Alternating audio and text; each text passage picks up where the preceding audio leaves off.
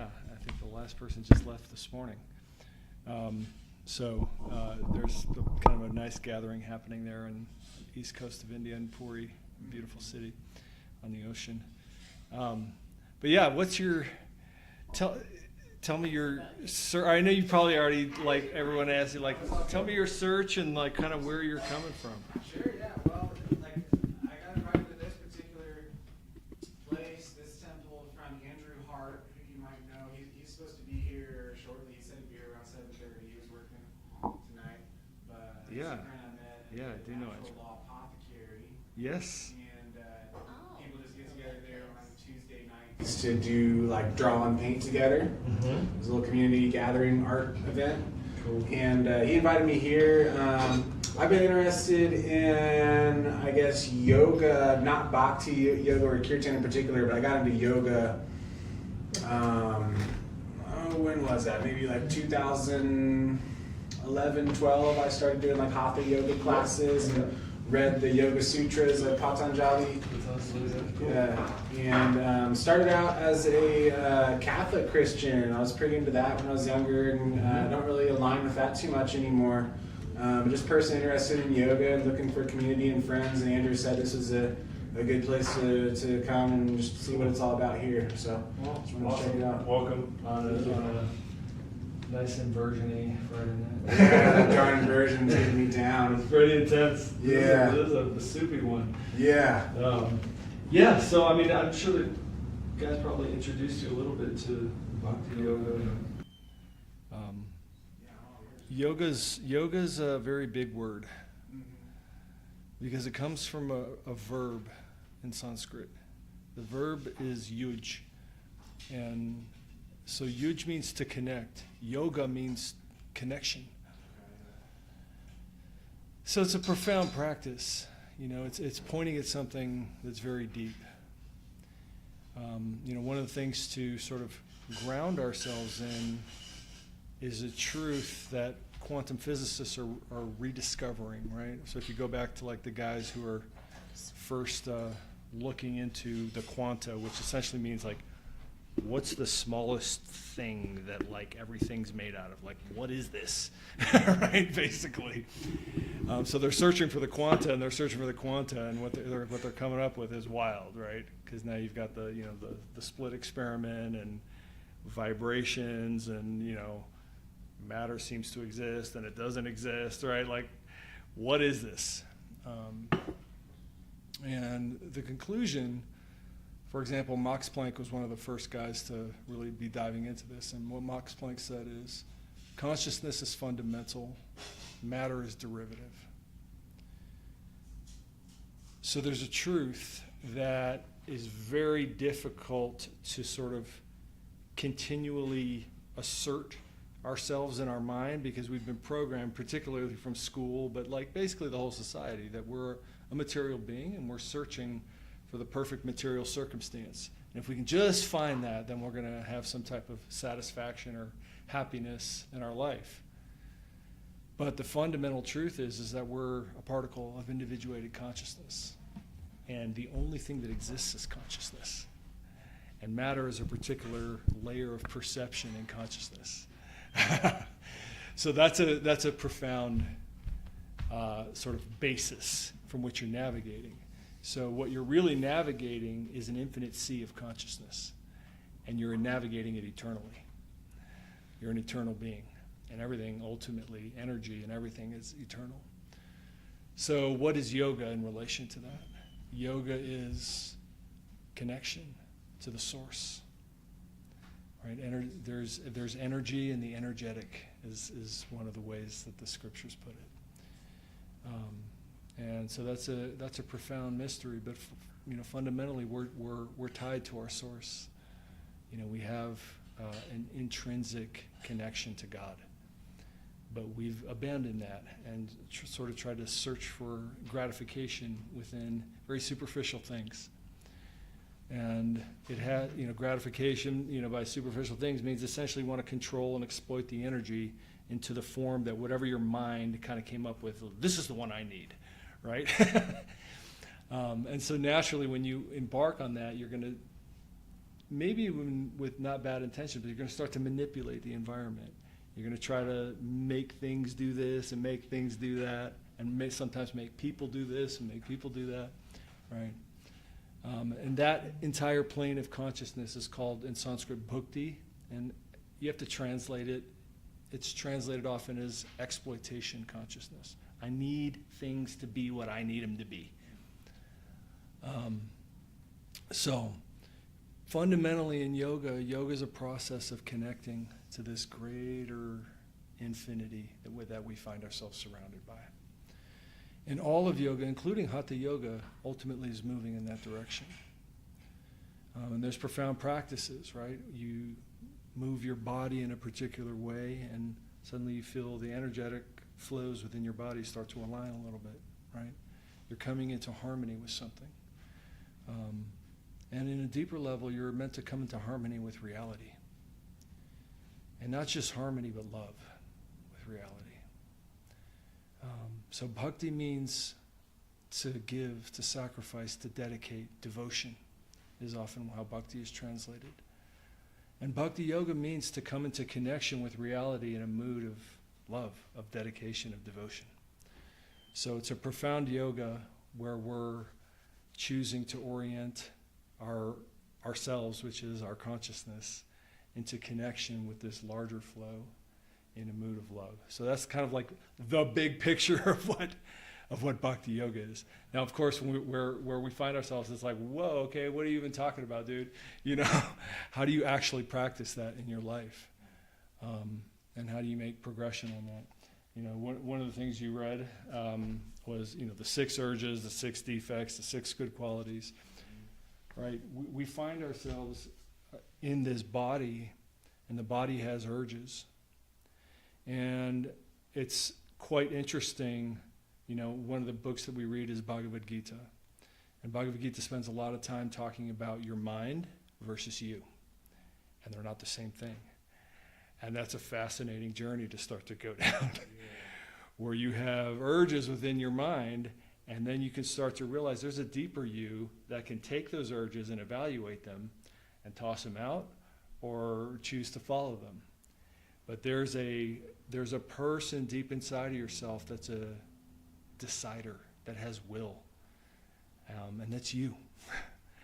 And ultimately, you are the steerer, you're the navigator in this ocean of consciousness, and you know, have ended up where you have ended up. So you know, a lot of this practice is, hey, understand, you can subjugate these things. When I say subjugate the 6 urges, like, who's subjugating the 6 urges? There's a you that can do that. Your mind wants to do something, your anger wants to do something, your body wants to do, and there's something way deep inside of you that can be like, shh, I'm not doing that, right? Now you're starting to make motion, you know, just to even understand that truth, and start to progress this, and then you know, you're about steering your own way in this ocean, right? So, you know, finding out who you are, starting to assert yourself in who you are, and then steer yourself in the direction of love. You know, I would say that's maybe a way to summarize what bhakti yoga is. So it's a journey, right? It's a real journey. Because, you know, when you fully are in your body and you're not necessarily asserting your conscious soul, you act according to you act much like other animals.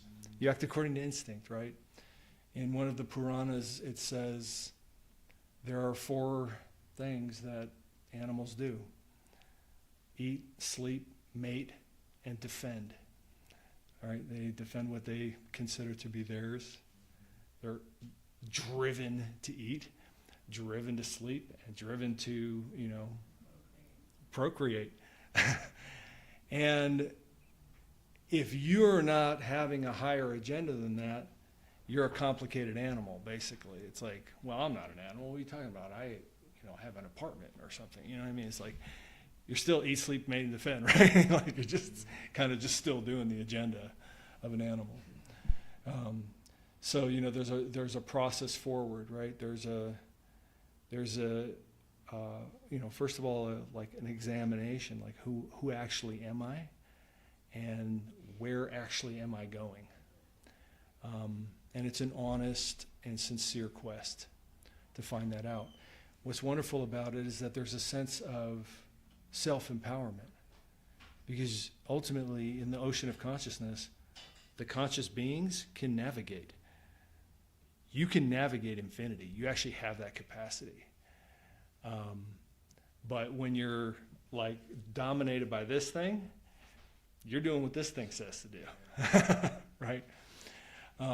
So there's, a big part of this is starting to contemplate who am I, and contemplate what do I want in infinity. And infinity doesn't just mean length and breadth of reality, it also means an eternal time, right?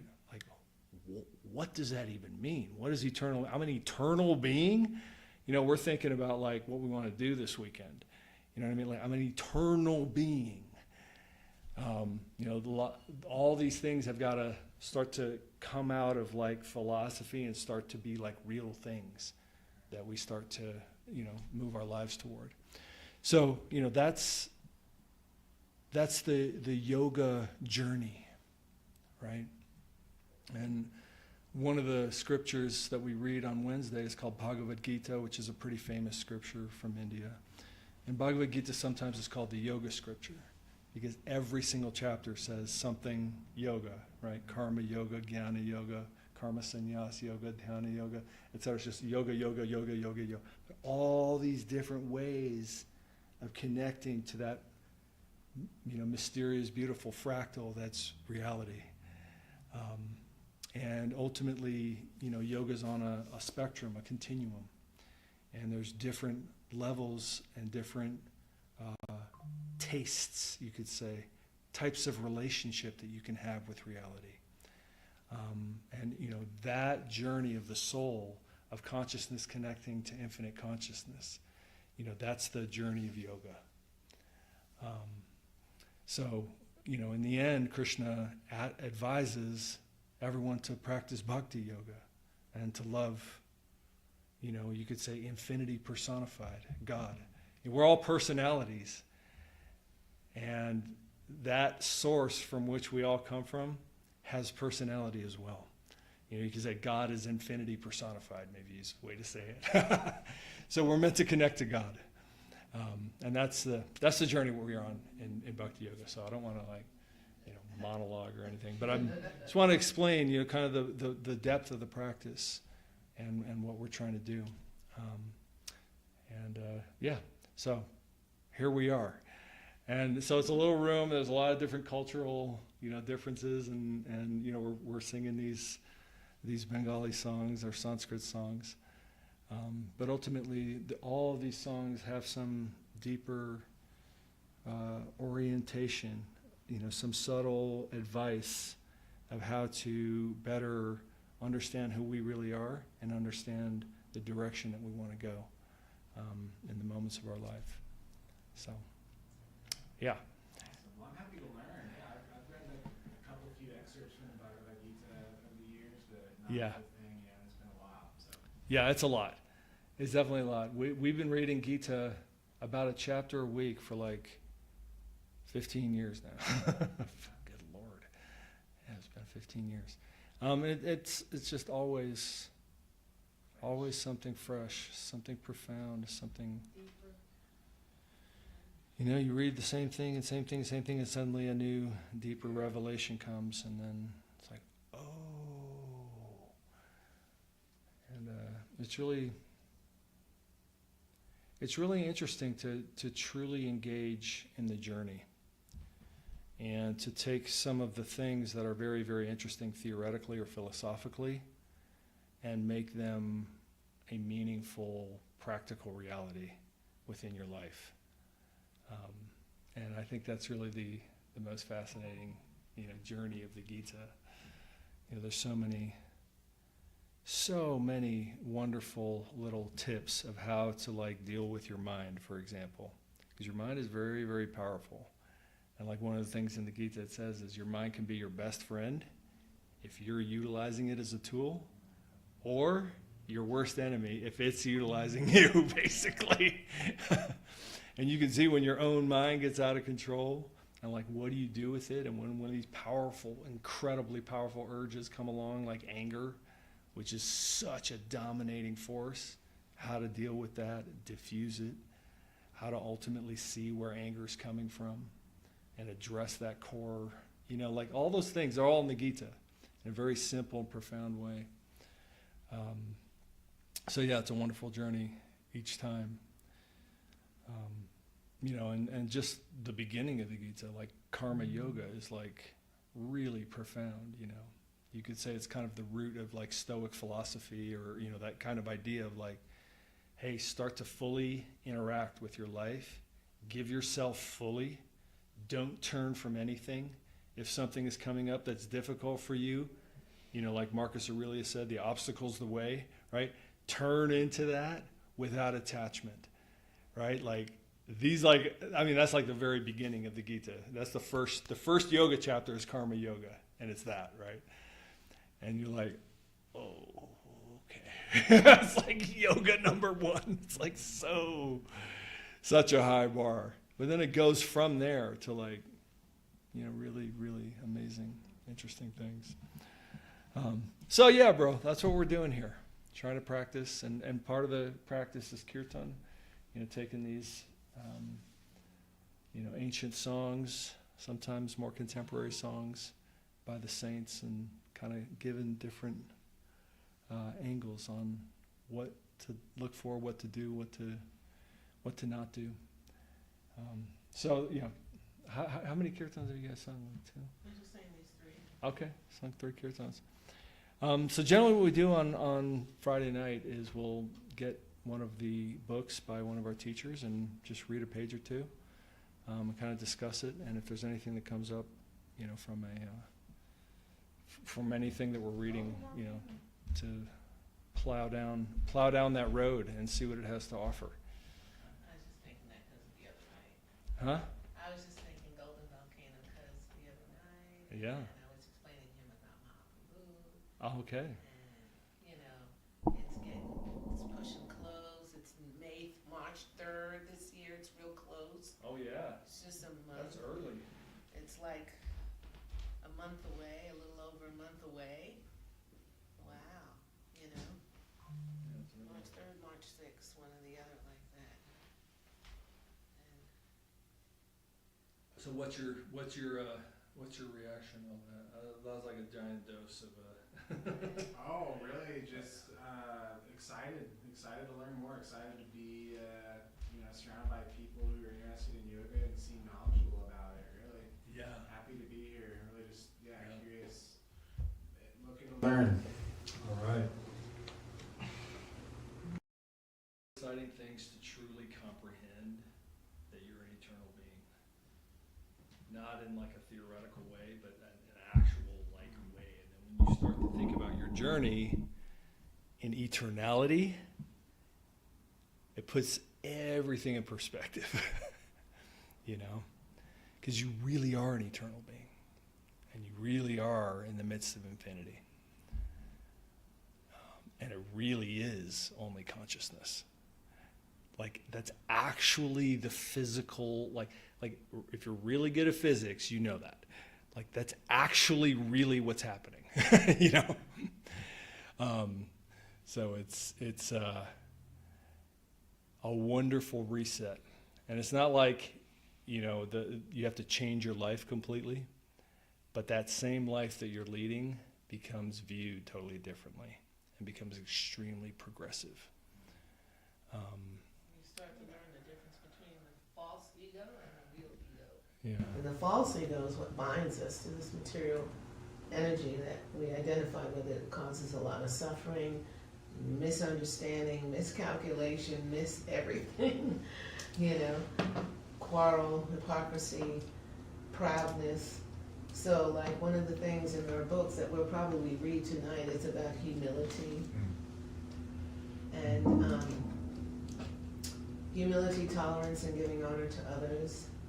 You can make everyone your friend if you can develop these qualities. And it's a quality of the soul.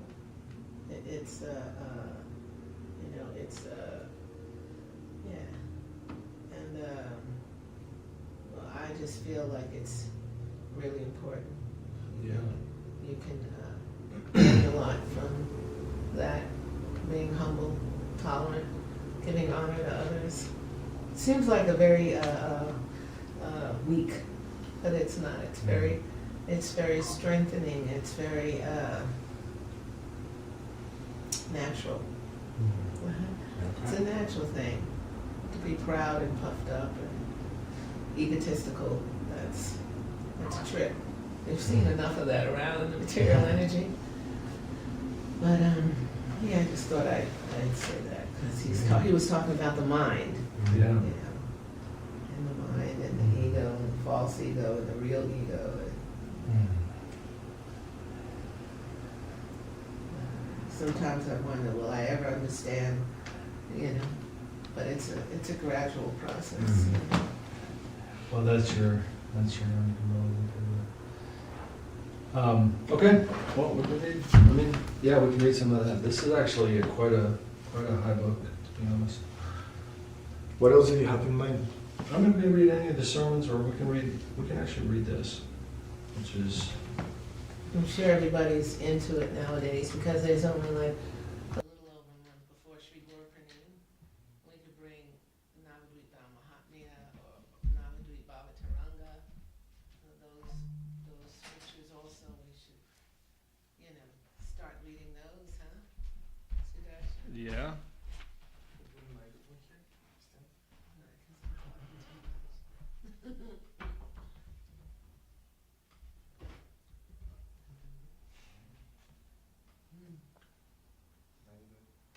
Hello.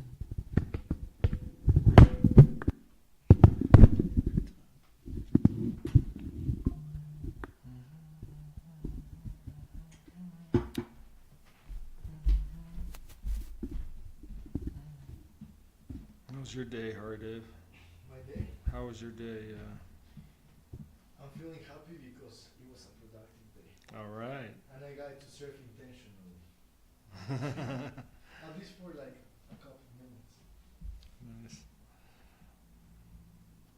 How about you? Very busy. Very, very busy from the moment I woke up. We don't do so much, Sudarshan. Trying to maintain that. It's a wonderful thing to try to practice We're so grateful. full giving and no attachment. That's a wonderful thing. You're amazing. Wow.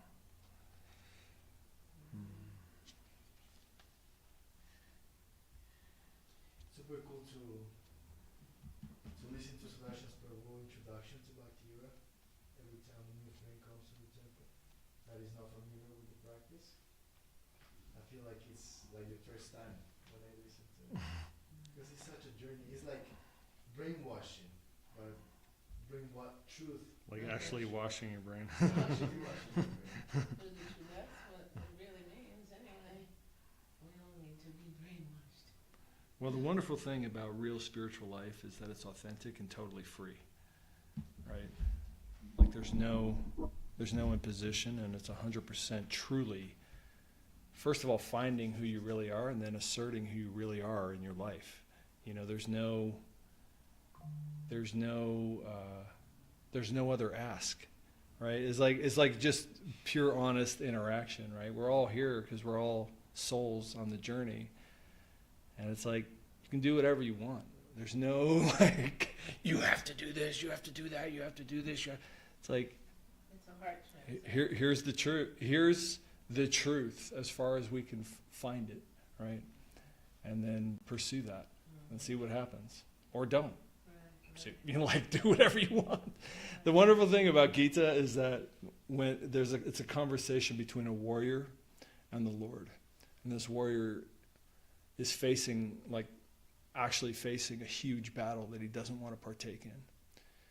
And all of us are sort of, there's some part of our life, there's a battle where we don't want to deal with it, right? But the Lord gives his advice. And then he says, that's my opinion. Do what you wish. Multiple times. It's like this thing where it's like you're fundamentally free within this large reality.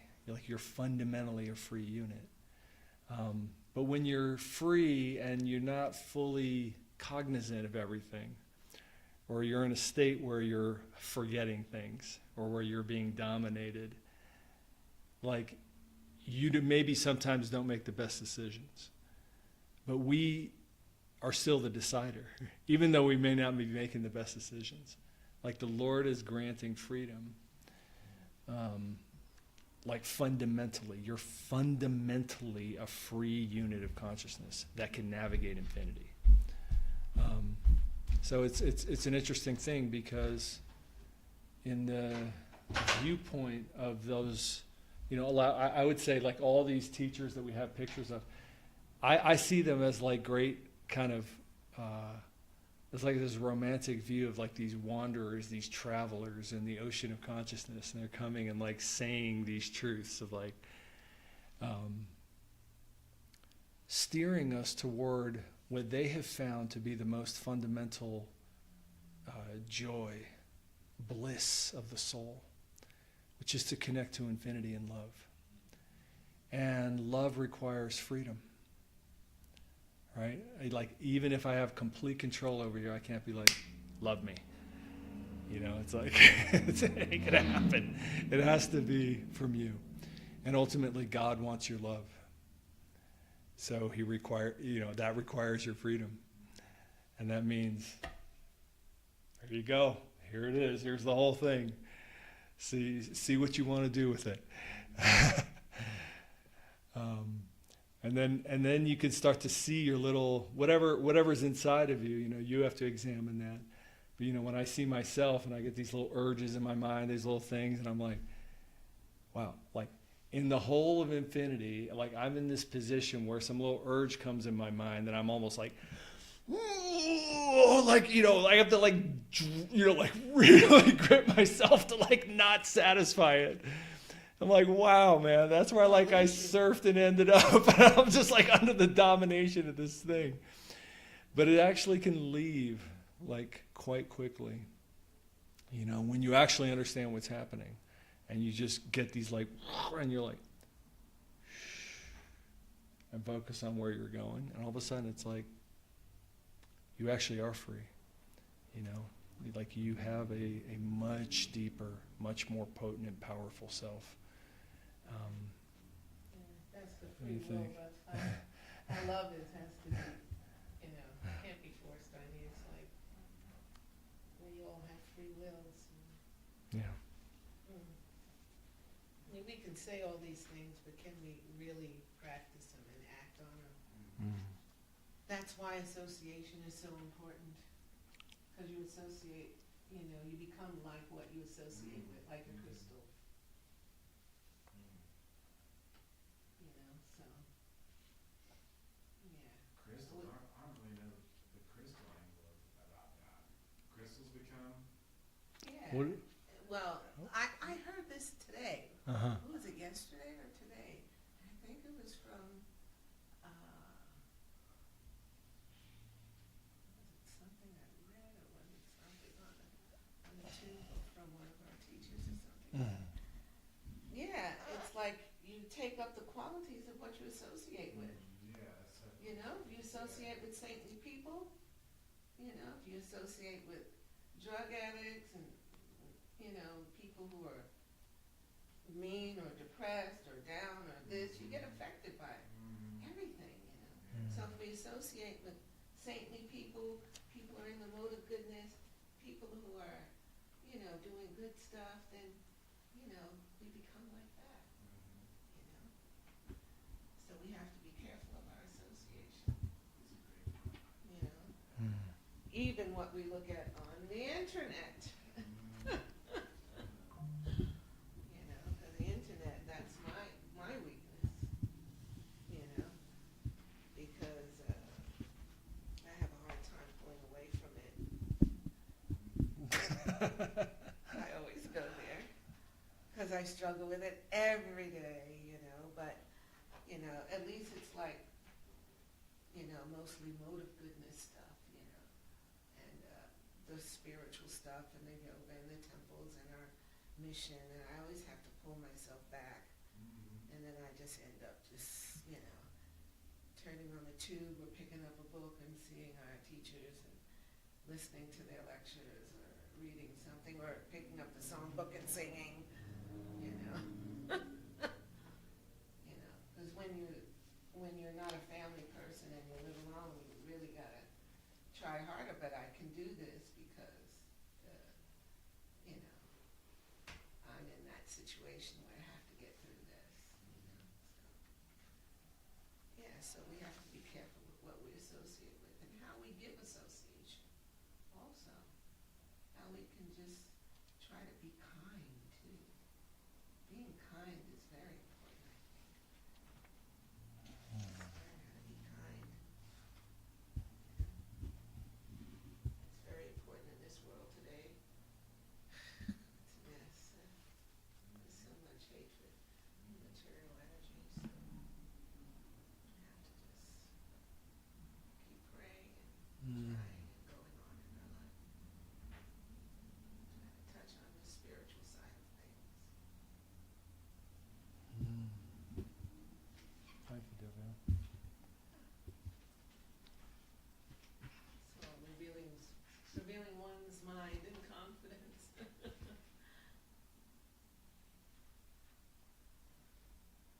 Okay, I'll read a little section here on one of the meditations called mantra meditation.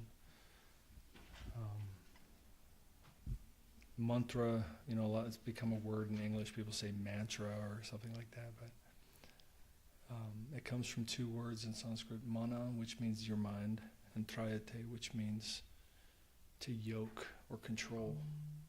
So mantra is ultimately a method for the person to control his mind and make it a tool that is assisting him rather than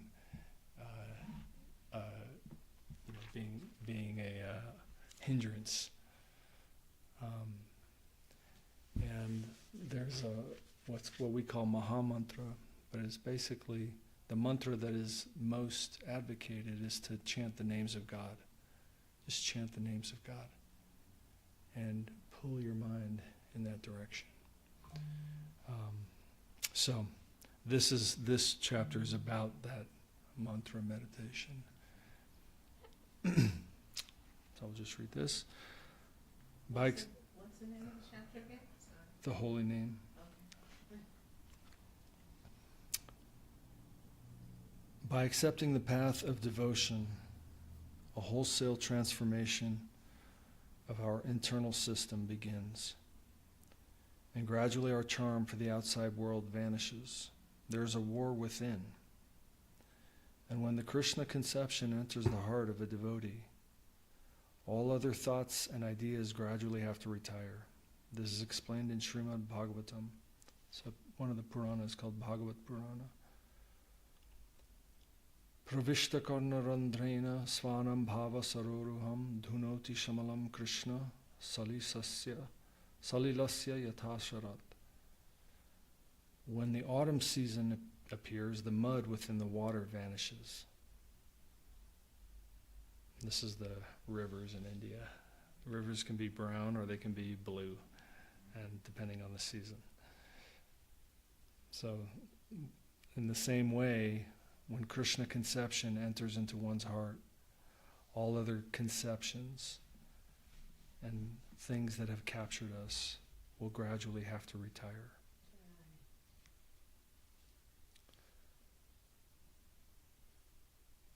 No aggressors can stand in the fight with Krishna consciousness, the absolute sweet beauty. Beauty, sweetness, and charm can capture and defeat power. We are not aspiring after power. We might think we are. but we are really aspiring after beauty and sweetness, mercy, affection, and divine love. Prema. Self-dissipation to compensate others with one's own energy and generosity ultimately conquers everyone. It is more rewarding to give than to take. That's like an axiomatic philosophical position that you have to find out the truth of. It's more rewarding to give than to take. Your heart will find its satisfaction in giving. And you were just saying that when you walked in tonight, Mm-hmm. you know, how I was saying how you work so hard, everything like Yeah.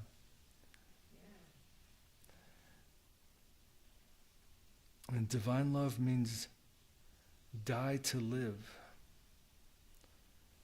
Not to live for yourself, but to live for others.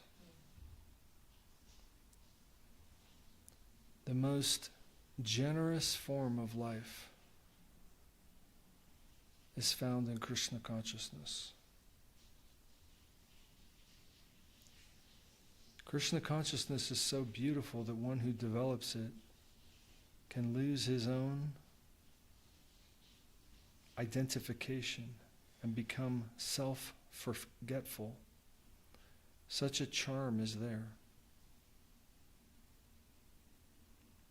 Such a benevolent, generous, and sweet person is Krishna that we are charmed. Reality, the beautiful.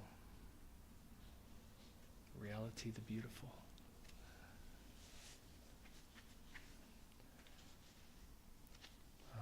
So that's the end of that chapter.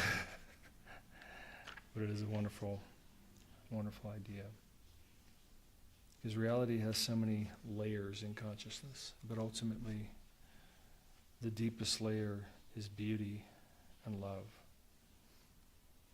And to find the truth of that is the purpose of the spiritual journey.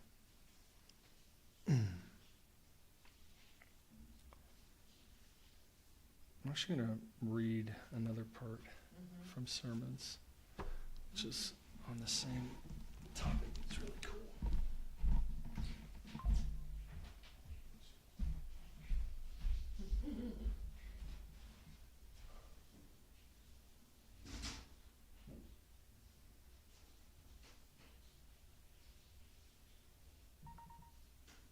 Do you live far from here? Not too far. Fit south and fit west. Oh, that's not too far at all. Downtown Salt Lake.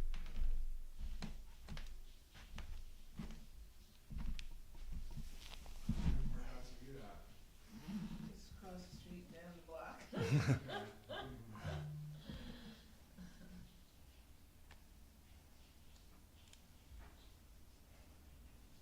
Two blocks down. My phone go off sometimes. I'm wondering. It's mine. I'm sorry. I'm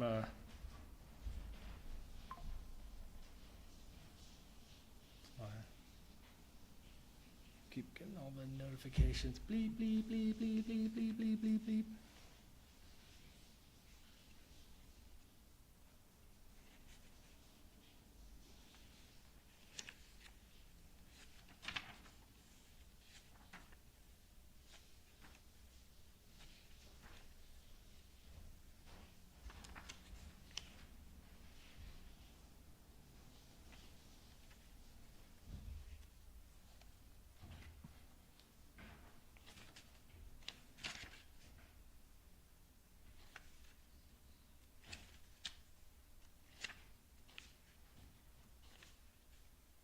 I want to read this part from the Guardian Rule family. Guardian Rule family? Yeah.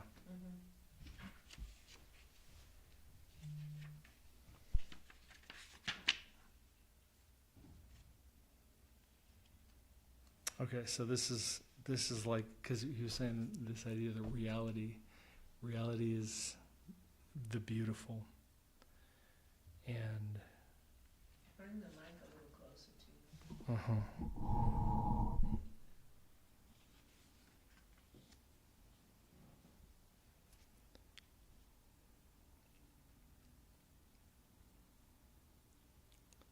So, what we perceive in the state of bodily animal consciousness is not reality.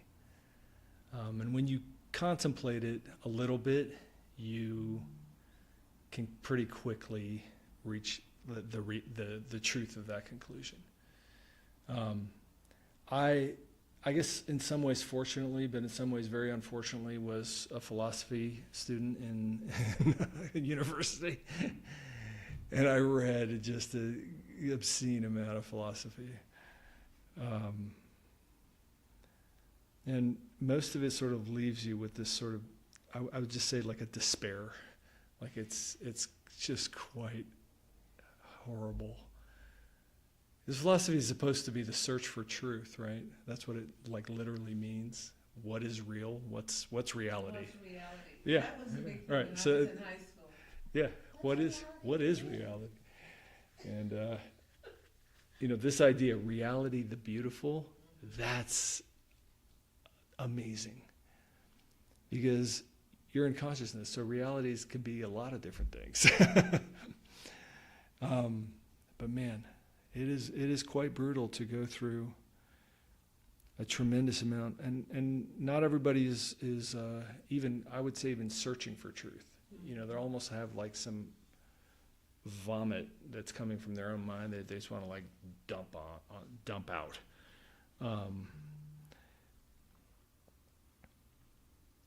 But within that, there's some people who search for what is real, like Descartes. A lot of people have heard Descartes' conclusion, which is, I think, therefore I am. But he reaches that conclusion through a whole journey of doubting everything. Like, how do I even start searching for truth, right? Because if I look at that, well, that's not necessarily reliable, and that's not reliable, and this is not reliable, right? But ultimately, he reaches the conclusion there's a doubter. This, even though I doubt everything, is like, I am the doubter. Like, who am I? Okay, there's something called me. Okay, well, now I don't know what it is, but I am. Whatever I am, right? So that's a nice journey. And it gets you somewhere. Because now you have at least, okay, I'm whatever this thing is that's contemplating what reality is, at least I know that I am that thing.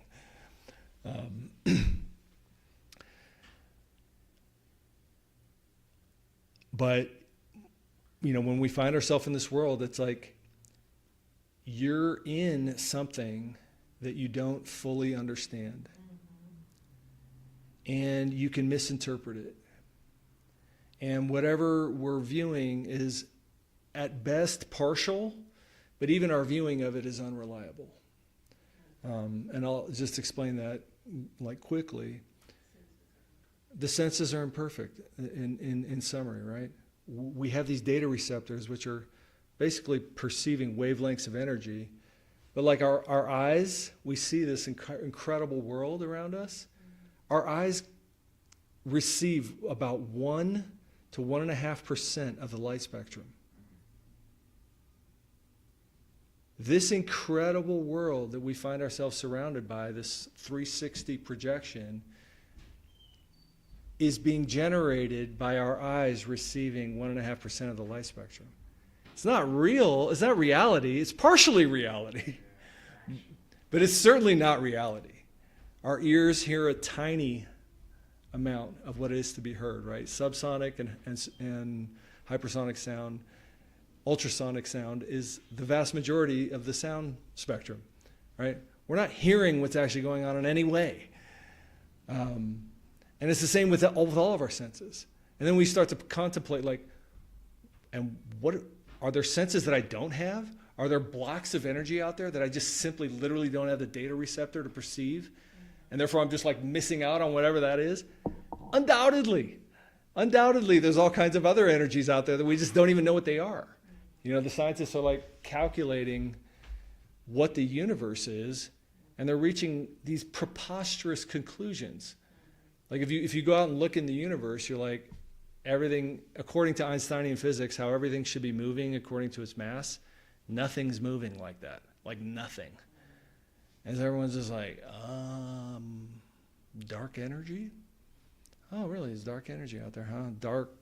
Dark matter? Oh, that's great. What percentage of the universe would need to be dark matter for any of our physics to work? Like 98.5%. Like, okay. All right, great. It's like we're like 1.5% of the mass in the universe we can't even perceive in any way. You know, it's like we don't know what's going on. We don't know what reality is. And not only that, even what we do perceive is like filtering through a system that dumps like most of the data.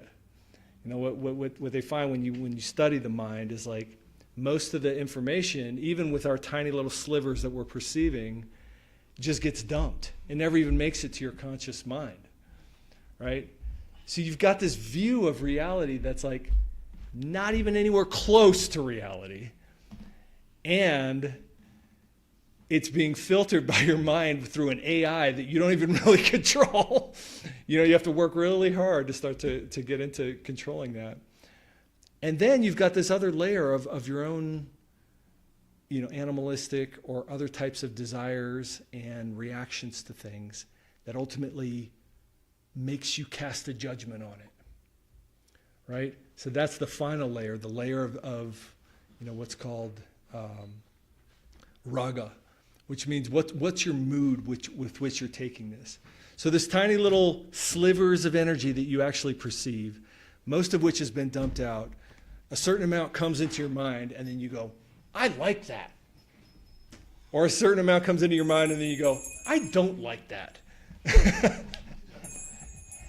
Jaya Mahaprabhu. And if you think about it, it's really kind of a little bit clownish, right? When you really understand that I'm getting this little sliver of information, and it's painting this 3D picture in my mind, and then I'm going like, no, I don't want that to be like that. You know, like, you're really just in this world of like total delusion. And the Sanskrit word for that is Maya, right? You're not actually interacting with reality. You're interacting with this partial representation of reality that you're casting judgment upon and deciding that you like it or you don't like it. Okay. Because he's about to talk about Maya, but I just want to like spend a second to like talk about where it's like, okay, like I get that.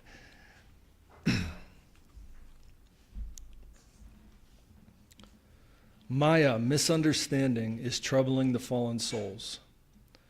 But misunderstanding itself cannot give them relief. So it's like we're in a world of misunderstanding, and we're seeking relief from that world of misunderstanding, from the world of misunderstanding. It's like you're not going to get relief from the pain of your misunderstanding in the same world that your misunderstanding is occurring in.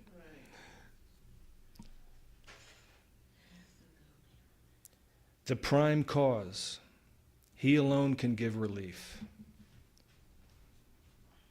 So don't go to that side, come to me. This is a quote. By my instruction, Maya will leave you. She's more powerful than you. She has higher backing. So you must try to seek your relief from the higher office and not approach directly to Maya. If you have my slightest backing, you can easily escape from Maya. Misunderstanding is there, but it is not very powerful, inasmuch as it does not have its own support. It is not independent. Misunderstanding is dependent on truth. Isn't that a cool thing? You can't have a misunderstanding unless it's occurring within reality. So misunderstanding is dependent on truth. That's like the coolest sentence. Hey, Andrew. Truth always has the better position over misunderstanding. So your transaction should always be with the truth, with the positive. And what is positive truth? I mean, you know, for someone like me who has slogged through at least 20,000 pages of extremely painful philosophy. This clarity, it's like misunderstanding is dependent on truth. It's like, oh my God, truth always has the better position over misunderstanding. That's right. So your transaction should always be with truth, with the positive. What is positive truth? Hey, that's a great question. I wonder what the answer is. Sat Chit Anandam. Unassailable existence. Consciousness of self and fulfillment.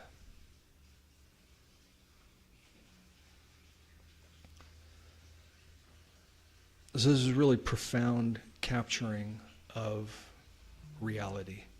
Sat in Sanskrit, it means truth, and it also means that which doesn't change. The word means two different things. So truth and that which doesn't change is the same word.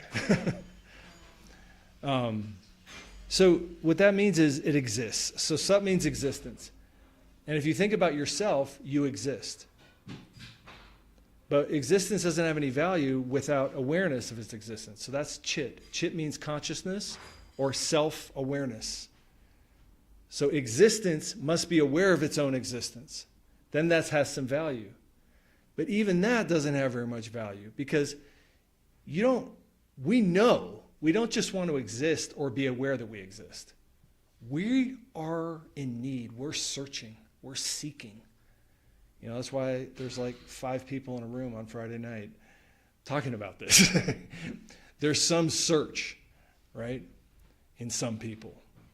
And what are you searching for? You're searching for the fulfillment of existence. That means anandam. That means bliss. So Sat Chit Anandam is fulfillment. In Hegelian philosophy, unassailable existence is described as by itself and for itself. The conscious element in the middle has been suppressed in that philosophy. The absolute truth feels his self-consciousness. He feels that he exists. Stone exists but may not feel its existence. The soul perceives his existence. He is Chit or Chaitan, consciousness. But his consciousness is not perfect. It has want. It has some unfulfilled demand, some hankering for a higher life. Anandam or rasa is beauty, harmony, love. That is the conception of the fullest integer. Having existence, consciousness, and also fulfillment. Not only hankering or knowing is present, but that which is to be hankered for or known is present. That is Anandam. Anandam and Sundaram are synonymous. Sundaram means beauty. So that's a kind of a beautiful idea of reality and the position we find ourselves in. We exist. We're aware of our own existence. We're also aware that we're in need. We're seeking. And we're trying so many things, going so many places, seeking that fulfillment. And that exists. Fulfillment exists. And so this, to me, this is such a beautiful idea of reality. And Guru Maharaj, this is Srila Sridhar Maharaj speaking, who's there. He's speaking that this book is not him like sitting here and writing. This is like words that literally just flowed out of his mouth in English. If you look above you, you'll see a temple. This temple here. This temple right here. This is in a jungle, you can see, in eastern India on the banks of the Ganga. And he was sitting there and was discovered by some people who recorded him. But he was by himself in his own room, like basically with these meditations, but he's educated in the British educational system. He's a Brahmin of like these, what you'll like, sometimes you read the Vedas, you read about these people, they have like photographic memories, and like, IQs are like unbelievable. Like he's that guy. Yeah. So people are asking him questions. This book, which, like I said, I've read innumerable philosophy books. This book is literally just flowing out of his mouth, speaking in English. I heard Lao Tzu would not record his own things that he was speaking, but his students record it for him. Yes, and that's basically it. This is like one of these old time, you would say almost like fantasy novel kind of characters, Yeah. who's like actually like exists in real life and like spoke these books.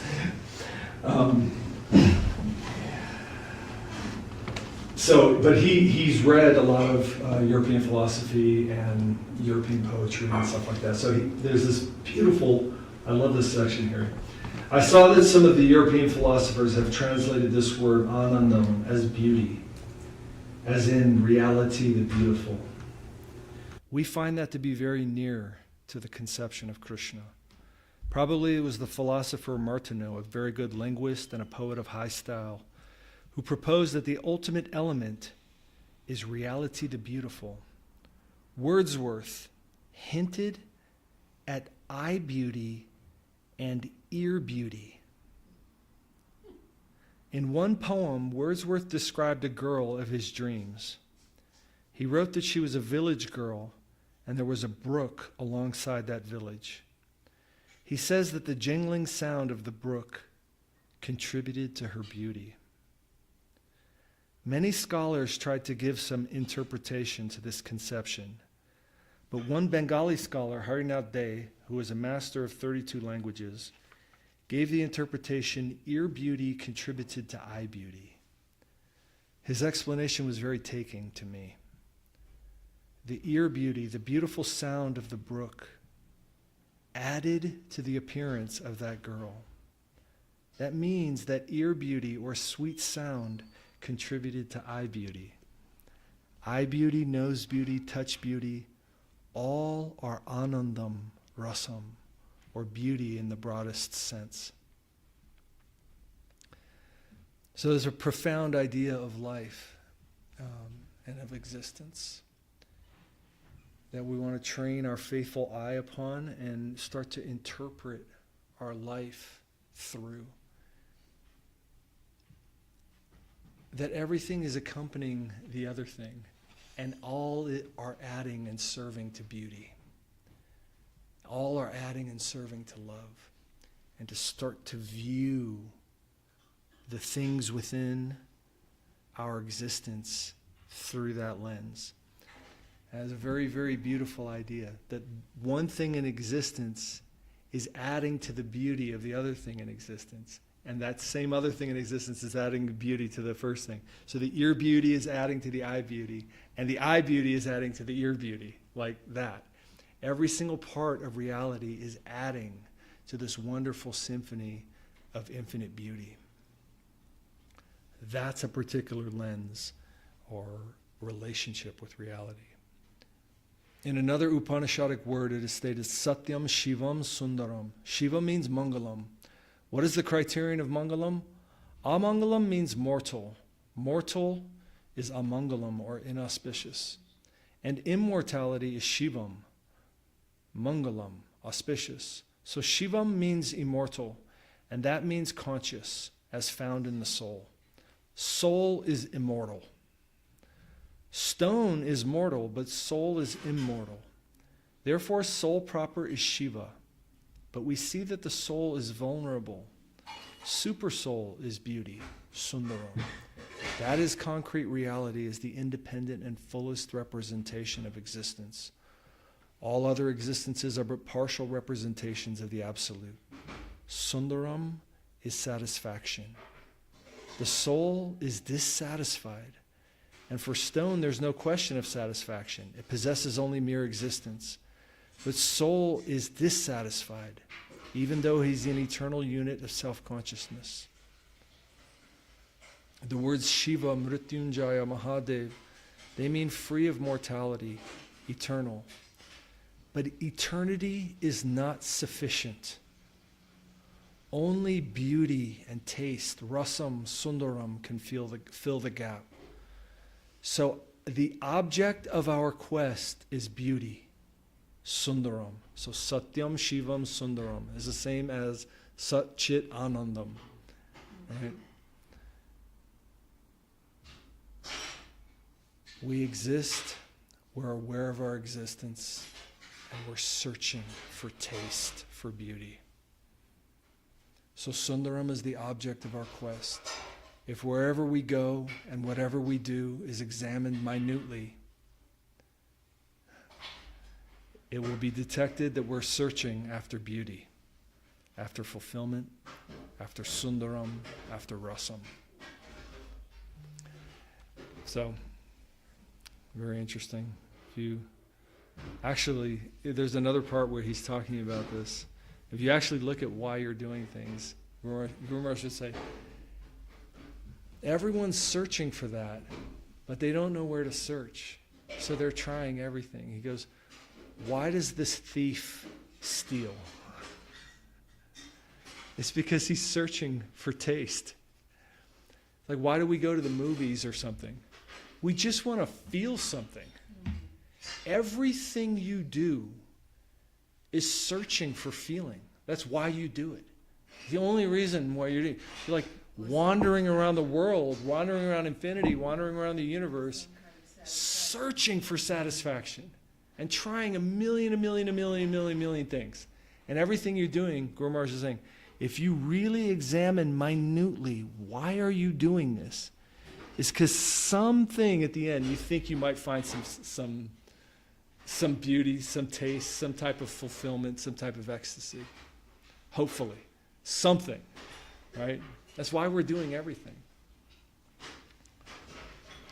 So then the real question is how do you get that?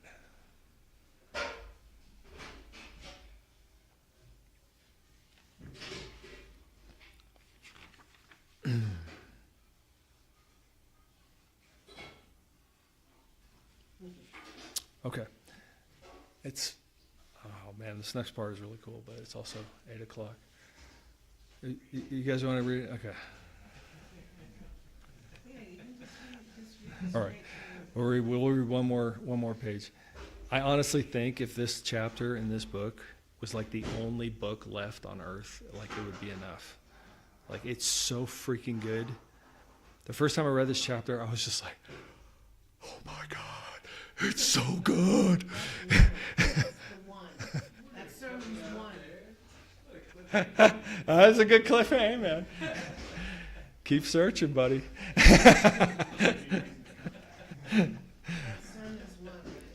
Yeah, sermon's one. Okay, so this is a verse from Bhagavad Purana. Nate vidu svartagatim hi vishnum durashaya ye bahiratthamanina. Those whose minds have been polluted by mundane sense pleasure, who hold respect for sense enjoyers addicted to external pleasure, they cannot know the glories of the Lord, the exclusive refuge of those desiring of attaining the supreme goal of life. Externally and ignorantly, it may be seen that we are in the quest of this and that. We want this, we want that. We want money, sense pleasure. We have some obligation that we have to fulfill. In Sanskrit, this means dharma, artha, kama. But this is an external and partial examination of things. With a deep examination, it must be found we are eagerly searching for only rasam, sundaram, the fullest satisfaction. In another place he says, you're looking for the zenith of experience. You want to know the very best possible thing that you can feel. That's what you're looking for.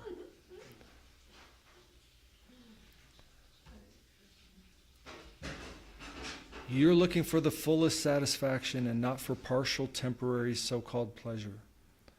So dharma, artha, and kama cannot satisfy our inner hankering. Even liberation, moksha, from the present flickering hankering is not the goal. And this is the finding of the scholars. Mere liberation from the negative side is an artificial life. Life has its positive side, its fulfillment. Everything has its fulfillment and necessary position. The whole reality is not meant for nothing. Zero is not the conclusion of the whole existence. Infinite is the conclusion, not zero. Well, it's infinite nothing, yeah. I mean, we can't, in math, if we divide by zero, we say it's undefined. Because it's approaching, I mean, to me, it's always like we're approaching the infinite. To be able to operate at zero, to be able to Yeah. I mean, zero is a perfectly good number, but we can't really do anything with it. Right, well, it's the abscissa between the negative numbers and the positive numbers. It's the origin, I mean, we call it the origin, for God's sake. So But for me, it's always been like, kind of, So what this is referring to is but I know the journey through consciousness, right? it's not So zero, it's not, yeah. because when we live in this world where there's reactions. So we search for something and then we get karma, right? We go to try to take some pleasure from something or someone and then we get a negative reaction, right? So we're searching for pleasure. We do it in kind of clumsy and sometimes exploitive ways, and then we get reactions from that. So Guru Maharaj is saying, then you seek relief from the negative. And this is where spiritual life starts. So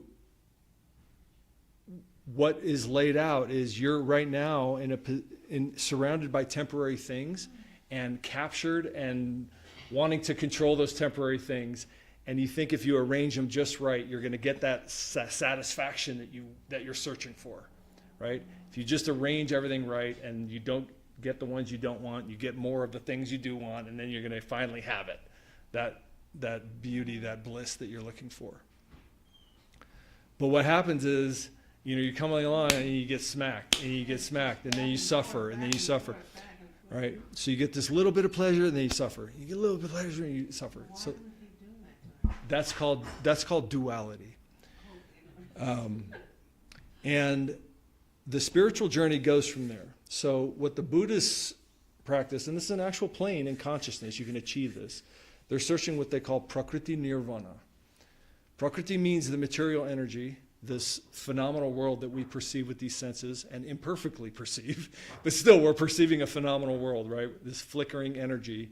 Everything's temporary, but it's all being presented in a way that we find very captivating. So that's called prakriti. And then nirvana means extinguishment, nothingness, right? So Buddha kind of had a theory that basically says life is suffering. Existence is suffering. Like, you cannot exist without suffering, so stop. Stop existing. So prakriti nirvana means stop this perception of all this stuff. You have to go to zero, essentially, right? And that's a particular plane of consciousness. So your existence is revolving in desire for temporary things, and you get to this place where it's like, that is wiped out.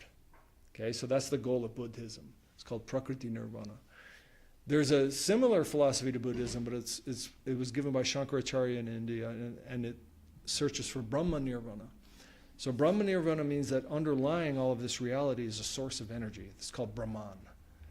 And it is this undistinct, undifferentiated pool of light or consciousness. And a lot of people experience that like a near-death experience. It's like this light and this peace. Like whatever was bothering me doesn't bother me, and it's just light, this undifferentiated consciousness. That's called Brahma nirvana, which is just slightly different than prakriti nirvana. These are all planes of consciousness. And then beyond that, you go to the world of personality, and that's called Sadashiva Loka.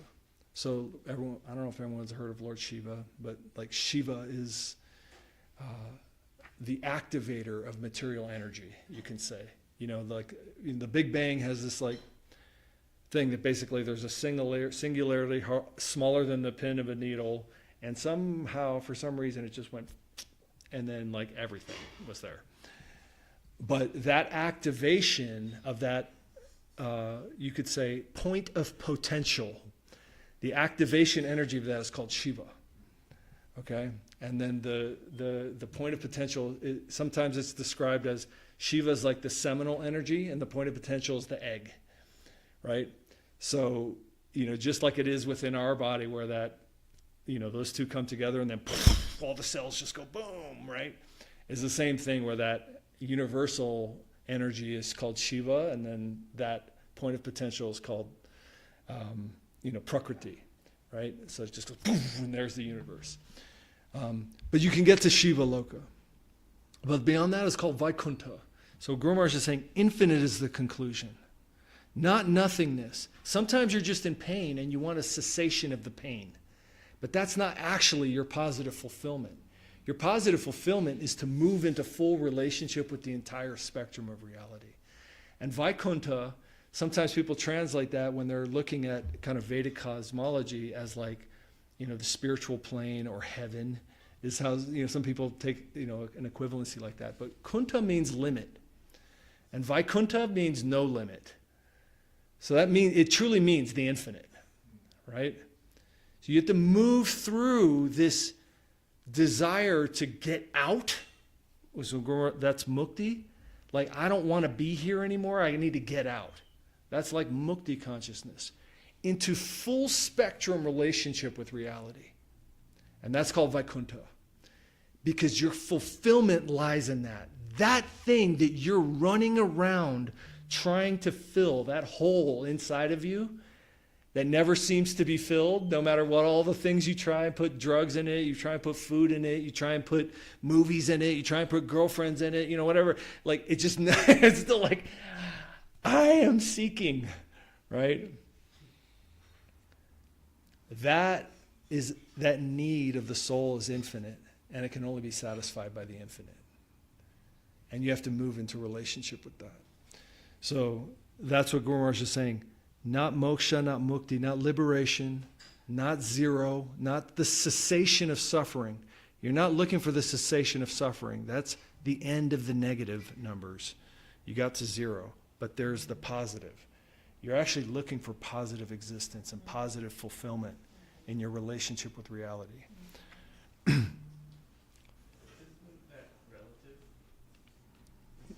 Yeah, tell me what you mean by that. A little bit, expand on that.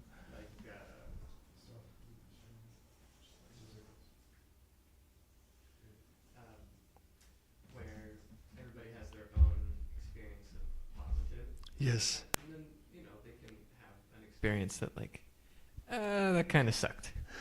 And then check in and be like, you know what, that wasn't great. And then be able to act from there. But you're talking about what I call the zero zone, where there's potential for either or, and the momentum. I think of skiing, where you can only go downhill. The momentum is in one direction, and you can speed up, you can stop, you can go as fast as you want. You can balance, pivot, turn, however. Mm-hmm. You get to decide, you get the choice of whether you choose something that is positive to you based upon probably your experience, or not, to go back into those karmas. Yes. Definitely. I mean, you know, sometimes, you know, when you begin and start practicing your spiritual life, you start noticing patterns you find yourself in, right? You start noticing different ways that you interact with reality. You react to a certain situation in a certain way, and you don't even know why you do it, right? There's all kinds of things that you start discovering in yourself, but we did that, right? Like, we made ourselves the current version of who we are. And you can continue to do that as much as you want. I mean, it's it's a world of infinite possibilities and choices, right? So it's not like you have to do this or you have to do that. You can do whatever you want. And however you want to search for your fulfillment, like go for it, right? There's not like some kind of like moral judgment on, or like whatever, right?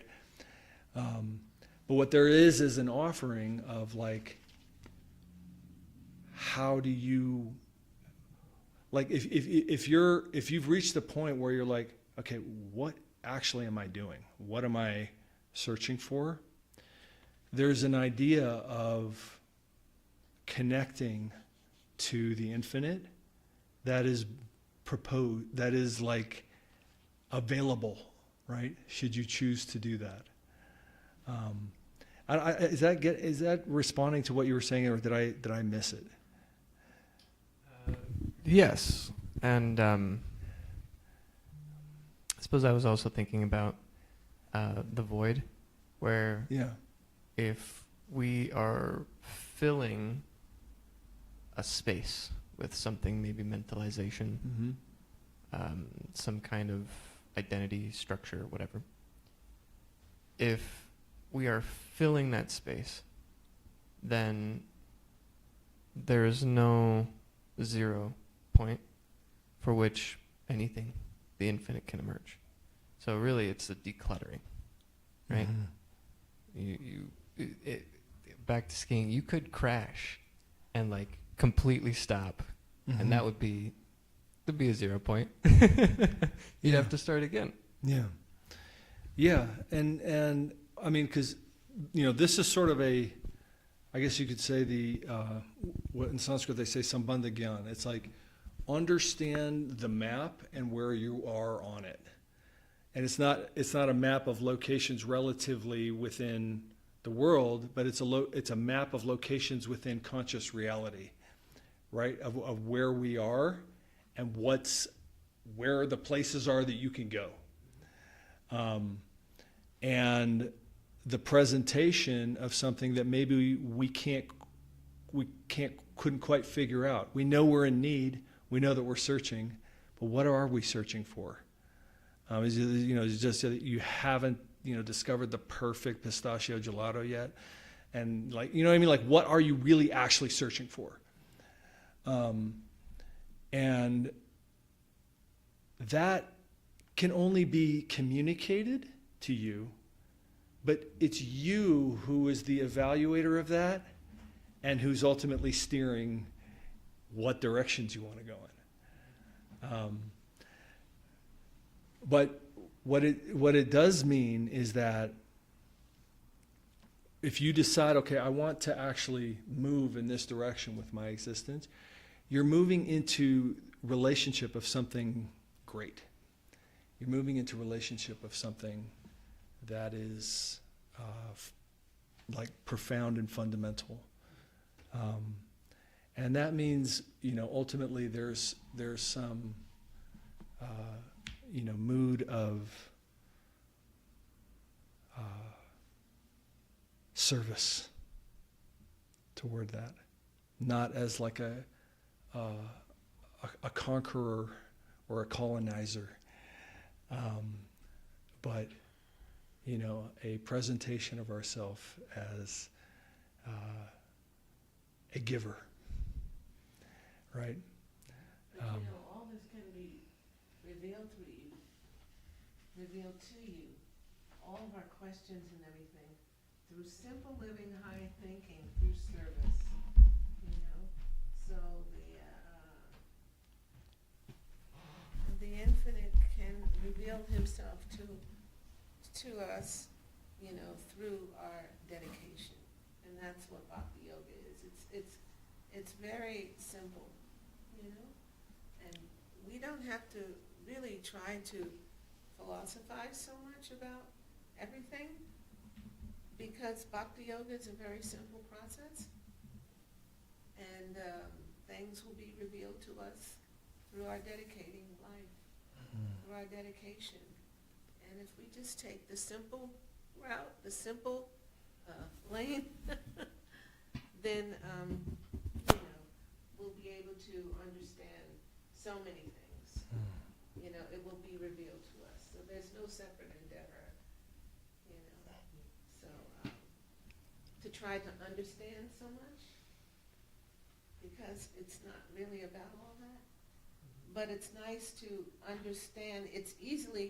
You can understand it easily if you just hear, like Shravanam Kirtanam, Vishnu Smarnam, if you follow the 9 processes of devotional service, and all these things can be revealed to us very easily. And that's what keeps us here. That's what keeps us going year after year after year. Because it's about simple living and high thinking and following very simple things. They're not very hard. It's hard for the crooked-minded, but very easy for the simple-minded person. So that's why this knowledge is available to everyone, And we follow simple rules and regulations. But it's good to read the books to try to understand so that we can preach to others, other people, other religions, because it's about, absolute harmony, so many things. It's a simple life. It's not very intricate. It's not like we have to tax our mind and our brains to try to understand this. It will be revealed to us through our dedicated life. So I just thought I'd throw that in there. Because we can get caught up in all of this philosophical stuff. But Yeah, I mean, it's a matter of what kind of person you are. yeah.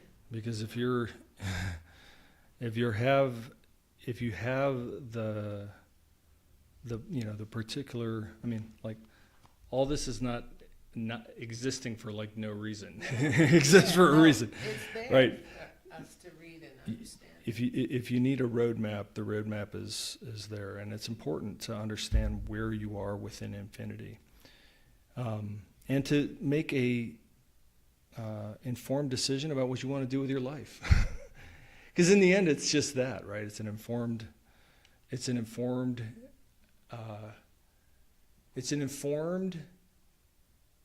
experiment, right? Because now you have, like, if you're going to live your life scientifically, you're going to have a hypothesis that you have to then satisfy. Okay, so I'll just read the last 2 sentences here. So the other side must be searched out, the Chidvilas, the transcendental dynamic plane. Chidvilas means the play of consciousness, the play of divinity. Because ultimately everything's a dance, everything is playful and beautiful. We have to find out what that is. And where can we get that? Here in this world is exploitation. We're generally trying to manipulate reality and to arrange itself in a way that we think is going to give us what we want. In that world, meaning that plane of consciousness, it is just the opposite. Dedication and bhakti. Okay, that's the end of the chapter. Thank you, guys. Wow. Dedication and bhakti. Yes. Maharaja, Okay, we can do one more kirtan. Hari Hari Namo Krishna. Which is on page 66. Hari Haraya Nama Krishna Yadavaya Namaha. Hari Haraya Nama Krishna Yadavaya Namaha. Yadavaya Madhavaya Keshavaya Namaha. Yadavaya Madhavaya Keshavaya Namaha. Rupa Govinda Ram Sri Madhusudana. Hari Govinda Ram Shri Madhusudana.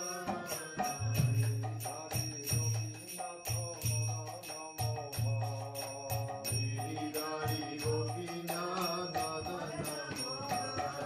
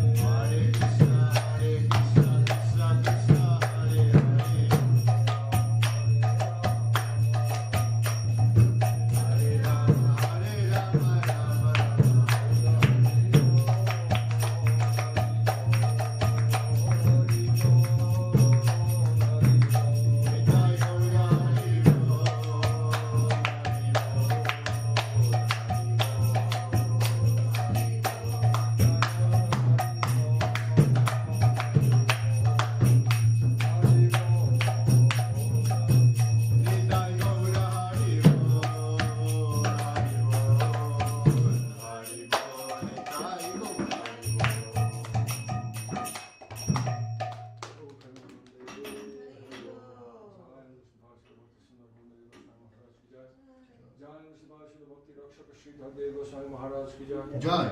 Chaitanya Saraswat ki jai. Jai. Guru Varga ki jai. Jai. Jai Gaurachandra Mahaprabhu ki jai.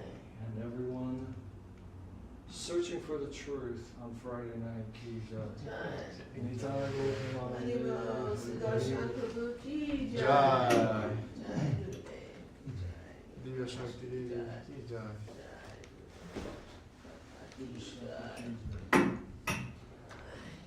All right, Damodar made us an amazing treat tonight.